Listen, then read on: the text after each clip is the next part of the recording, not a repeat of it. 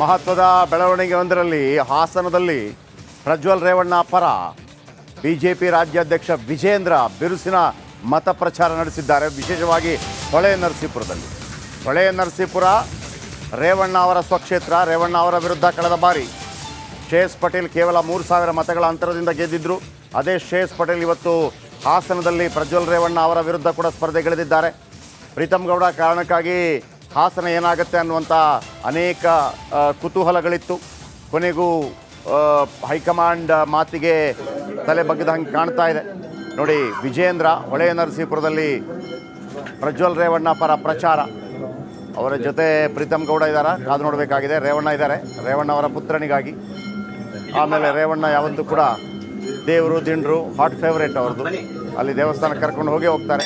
ಆದರೆ ಈ ಚಿತ್ರಣಗಳೆಲ್ಲ ಬಹುಶಃ ಮುಂದಿನ ದಿನಮಾನಗಳಲ್ಲಿ ಈಗಿನ ಪತ್ರಕರ್ತರಿಗೆ ಅಥವಾ ನೋಡೋಕ್ಕೆ ಸಿಗುತ್ತೆ ಇಲ್ಲೋ ಗೊತ್ತಿಲ್ಲ. ಯಾಕಂದರೆ BJP ಜೊತೆ ಈ ಥರದ ಒಂದು ಮೈತ್ರಿ ವೆರಿ ಫಸ್ಟ್ ಟೈಮ್. 2020 ಸರ್ಕಾರ ಅದು ಬೇರೆ, ಕೇವಲ ಶಾಸಕರ ಪರವಾಗಿ ನಡೆದು ಬಿಟ್ಟರೆ ಮತ ಪ್ರಚಾರ ಯಾವತ್ತೂ ಆಗಿರಲಿಲ್ಲ. ಆರತಿ ಬೆಳಗಿದಂಥ ಭವಾನಿ ರೇವಣ್ಣ ಅವರನ್ನು ನೀವು ಗಮನಿಸ್ಬೋದು. ಭವಾನಿ ರೇವಣ್ಣ ಅವರು ಕೂಡ ಸಕ್ರಿಯವಾಗಿ ರಾಜಕಾರಣದಲ್ಲಿದ್ದಾರೆ.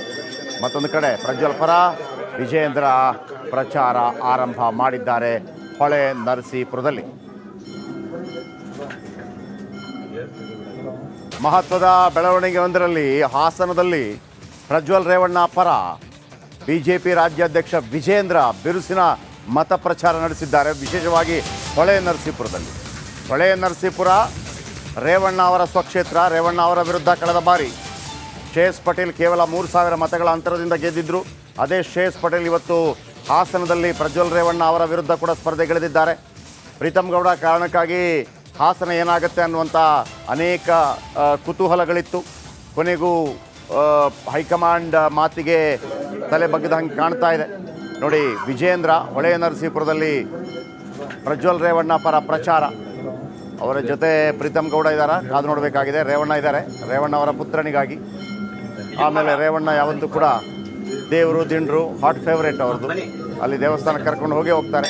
ಆದರೆ ಈ ಚಿತ್ರಣಗಳೆಲ್ಲ ಬಹುಶಃ ಮುಂದಿನ ದಿನಮಾನಗಳಲ್ಲಿ ಈಗಿನ ಪತ್ರಕರ್ತರಿಗೆ ಅಥವಾ ನೋಡೋಕ್ಕೆ ಸಿಗುತ್ತೆ ಇಲ್ಲೋ ಗೊತ್ತಿಲ್ಲ. ಯಾಕಂದರೆ BJP ಜೊತೆ ಈ ಥರದ ಒಂದು ಮೈತ್ರಿ ವೆರಿ ಫಸ್ಟ್ ಟೈಮ್. 2020 ಸರ್ಕಾರ ಅದು ಬೇರೆ, ಕೇವಲ ಶಾಸಕರ ಪರವಾಗಿ ನಡೆದು ಬಿಟ್ಟರೆ ಮತ ಪ್ರಚಾರ ಯಾವತ್ತೂ ಆಗಿರಲಿಲ್ಲ. ಆರತಿ ಬೆಳಗಿದಂಥ ಭವಾನಿ ರೇವಣ್ಣ ಅವರನ್ನು ನೀವು ಗಮನಿಸ್ಬೋದು. ಭವಾನಿ ರೇವಣ್ಣ ಅವರು ಕೂಡ ಸಕ್ರಿಯವಾಗಿ ರಾಜಕಾರಣದಲ್ಲಿದ್ದಾರೆ. ಮತ್ತೊಂದು ಕಡೆ ಪ್ರಜ್ವಲ್ ಪರ ವಿಜೇಂದ್ರ ಪ್ರಚಾರ ಆರಂಭ ಮಾಡಿದ್ದಾರೆ ಹೊಳೆ ನರಸೀಪುರದಲ್ಲಿ.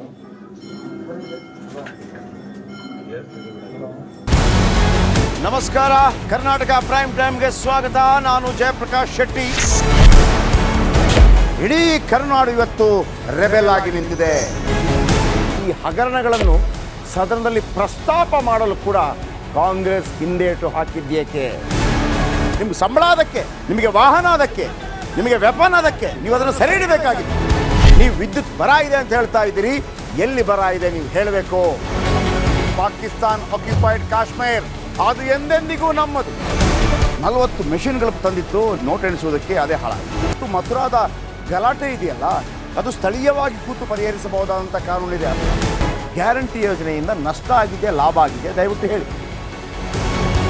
Dawood Ibrahim most wanted criminal ಯಾವಾಗಾದ ಅಂದರೆ ಇಲ್ಲಿ ತನಕ ಭಾರತ ದೇಶದಲ್ಲಿ ಓರ್ವ ದಲಿತ ಪ್ರಧಾನಿಯಾದಂಥ ಇತಿಹಾಸವೇ ಇಲ್ಲ. ರಿಪಬ್ಲಿಕ್ ವರ್ಲ್ಡ್ ಆಪ್ ಇದು ಕೇವಲ ಅಪ್ಲಿಕೇಶನ್ ಅಲ್ಲ, ಸಮಗ್ರ ಸುದ್ದಿಗಳ ಸಂಪರ್ಕ ಮಾರ್ಗಕ್ಕೆ ಕ್ರಾಂತಿಕಾರಿ ಬದಲಾವಣೆ. ರಿಪಬ್ಲಿಕ್ ವರ್ಲ್ಡ್ ಆಪ್ ಕೇವಲ ಸುದ್ದಿ ಅಪ್ಲಿಕೇಶನ್ ಅನ್ನ ಪರಿಚಯ ಮಾಡ್ತಾ ಇಲ್ಲ, ಬದಲಾಗಿ ಡಿಜಿಟಲ್ ಸುದ್ದಿ ಬಳಕೆಯ ಹೊಸ ಯುಗಕ್ಕೆ ನಾಂದಿ ಹಾಡ್ತಾ ಇದೆ. ಇದೊಂದು ಬ್ರೇಕಿಂಗ್ ನ್ಯೂಸ್, ಪ್ರಭಾವಶಾಲಿ ಕಾರ್ಯಕ್ರಮಗಳಿಗೆ ಗಟ್ಟಿಯಾದ ವೇದಿಕೆ. ರಿಪಬ್ಲಿಕ್ ವರ್ಲ್ಡ್ ಅಪ್ಲಿಕೇಶನ್ ಈಗ ಲೈವ್ ಆಗಿದೆ. ಗೂಗಲ್ ಪ್ಲೇ ಸ್ಟೋರ್ ಮತ್ತು ಆಪಲ್ ಆಪ್ ಸ್ಟೋರ್ ಎರಡರಲ್ಲೂ ಲಭ್ಯವಿದೆ. ಈಗಲೇ ಡೌನ್ಲೋಡ್ ಮಾಡಿ.